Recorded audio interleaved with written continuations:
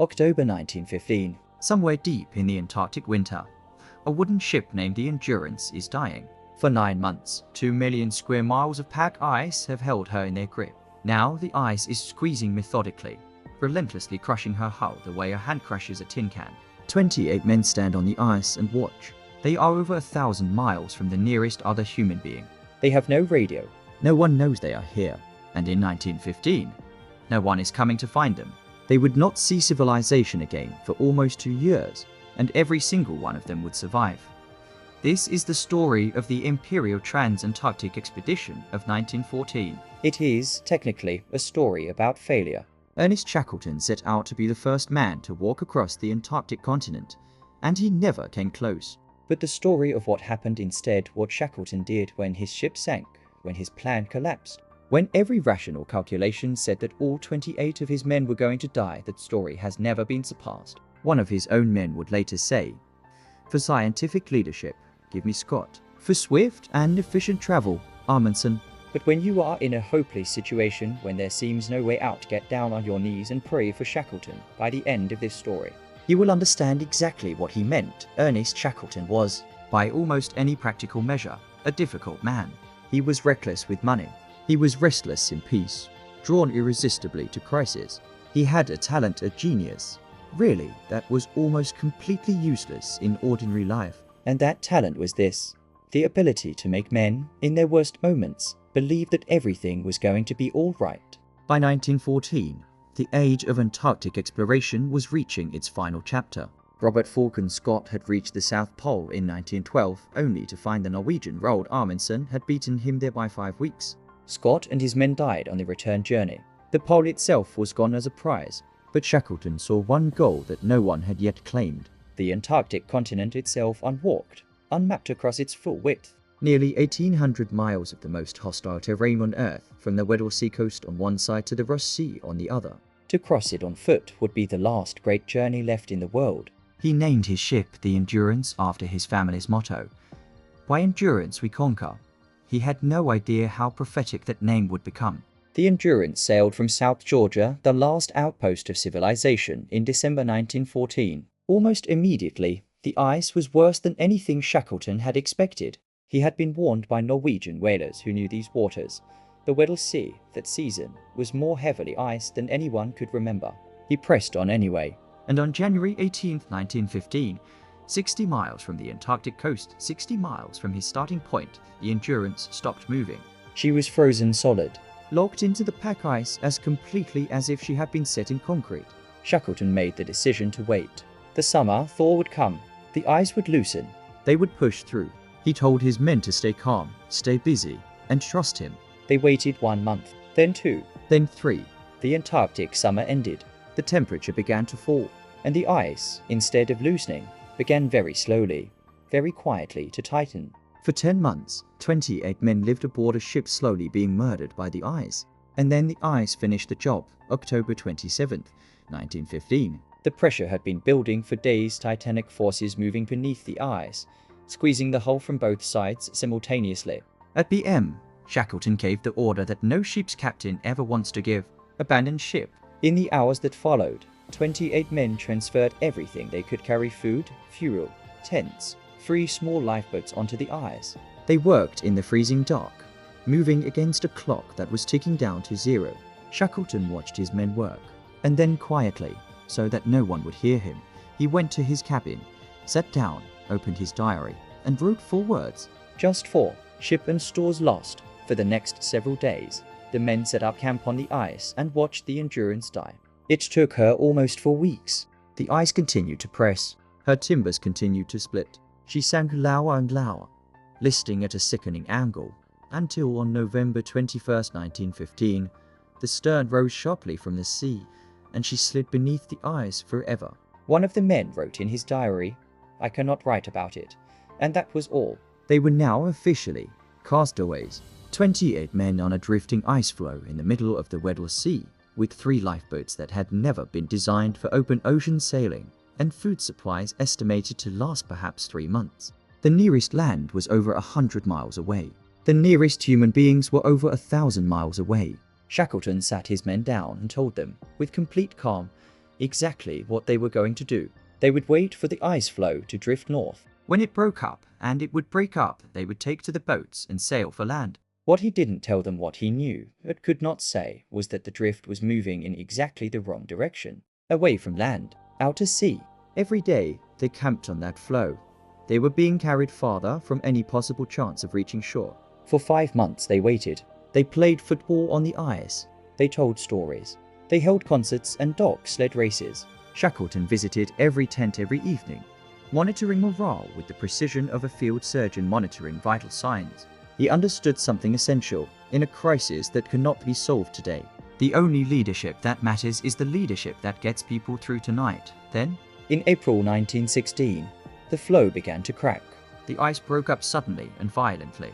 The men launched the 3 lifeboats into freezing, churning water, sleeping bags soaked instantly.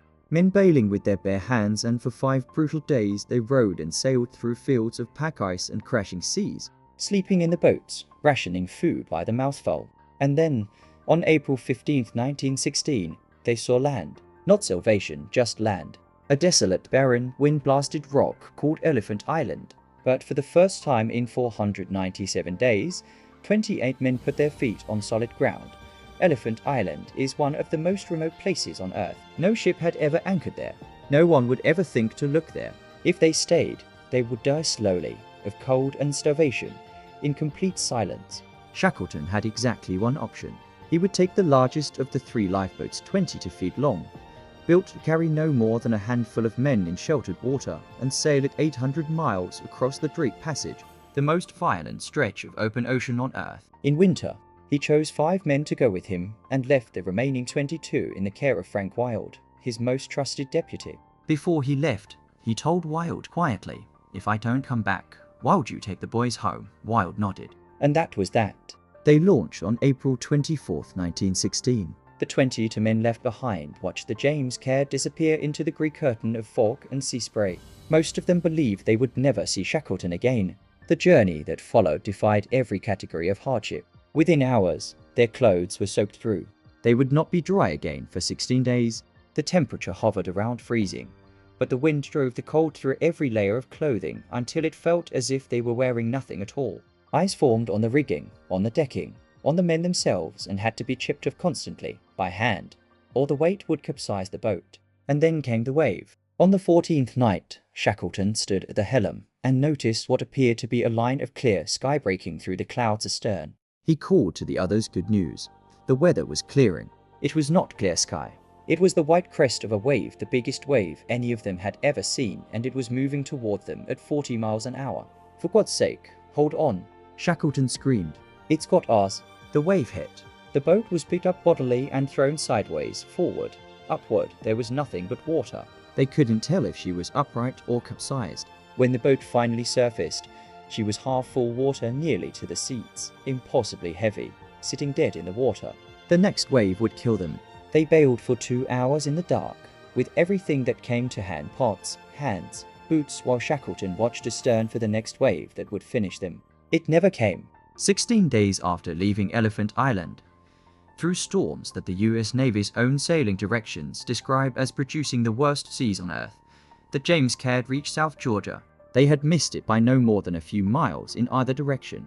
Worsley had navigated using a sextant on a pitching boat through cloud cover in the Southern Ocean, and he had hit his target almost exactly. It remains one of the greatest feats of celestial navigation in the history of seafaring. But South Georgia had one more obstacle. The storm drove them toward a shoreline of sheer cliffs and crashing surf. No beach, no shelter, no place to land. For a full day and night, they fought the gale to avoid being smashed against the rocks, the boat leaking badly, the men pumping and bailing around the clock. At one point, they were so close to a cliff face that they could hear the surf thundering against it in the dark. Shackleton was certain the end was very near, but they cleared it. By some eddy of tide, some grace of navigation, they cleared it. They found a tiny cove, rowed through a gap in the reef so narrow that oars had to be taken in, and ground ashore on a pebble beach. They had been at sea for 16 days. They drank from a freshwater stream and lay on the rocks in the sun, too exhausted to speak. 3 of the 6 men were too weak to continue. They would have to stay behind, but the whaling station at Stromness was on the other side of South Georgia. Between them and it lay the island's interior, a range of glaciated mountains that no human had ever crossed. No map existed of the interior. No climbing equipment had survived the voyage. They had a 50-foot rope, an ADZ, and 3 pairs of boots with screws hammered through the soles for grip. Shackleton, Worsley, and Crean set off at a They climbed through the dark. They got lost twice, retracing their steps up the same slopes they had already descended. They crawled through a mountain pass on hands and knees, and at one point, exhausted and beginning to freeze, they reached a ridge and realized the slope ahead was far too steep to climb down and far too dangerous to turn back from. Shackleton had exactly one idea. He told the others, "We are going to sit down, hold onto each other, and slide." They argued briefly. Then Worsley locked his legs around Shackleton's waist. Crean locked his legs around Worsley's, and without permitting a moment for second thoughts, Shackleton pushed off. They screamed not in terror, but because the speed made them, and shot down 2,000 feet of mountain in under 2 minutes, coming to rest in a snowbank at the bottom, laughing uncontrollably. Then, at 6:30 in the morning of the 36th hour of their crossing, Shackleton heard something, faint, uncertain, a sound from the world below. He checked his watch and told the other 2 to be absolutely silent. They stood on the mountain in the freezing dawn and stared at the chronometer. At exactly 7 o'clock, the steam whistle of the Stromness whaling station sounded across the mountains. They had not heard a sound from the outside world in 17 months. They looked at each other. They did not speak. They shook hands a tea for a clock that afternoon. 3 filthy, frost-bitten, half-dead men walked slowly down into the harbour at Stromness. The workmen on the docks stopped what they were doing and stared, not because they recognized these men, but because they appeared to be coming from the direction of the mountains. The interior, the place no one ever went. They were taken to the home of the station manager, a Norwegian named SRLA, who had met Shackleton 17 months earlier when the Endurance departed. When he opened the door, he stood in silence for a long moment. "Who the hell are you?" he said at last. The man in the center answered quietly, "My name is Shackleton," but 22 men were still on Elephant Island. Shackleton had promised to come back for them, and he had not forgotten that promise for a single hour. He tried 4 times to break through the pack ice surrounding the island. The first 3 attempts failed. The 4th, in an ancient borrowed Chilean tugboat called the Yelko, got through on August 30th, 1916. The lookout man on Elephant Island saw the ship and ran. Within minutes, 22 starving men were scrambling over each other to get to the water's edge. Shackleton stood in the bow of the rescue boat as it pulled alongside. He counted 1, 2, 3, all the way to 22. Every man who should be there was there. He turned away, and for the first and only time in the entire ordeal, those close to him later said they saw tears on his face. 28 men, nearly 2 years stranded in the Antarctic, 0 lives lost. Not one. And Shackleton, who blamed himself every day for the decisions that led them into the ice, had led them all the way home. He had failed completely at his mission. He never crossed a single mile of Antarctica on foot. The Trans-Antarctic Expedition never happened. By every formal measure, it was a disaster.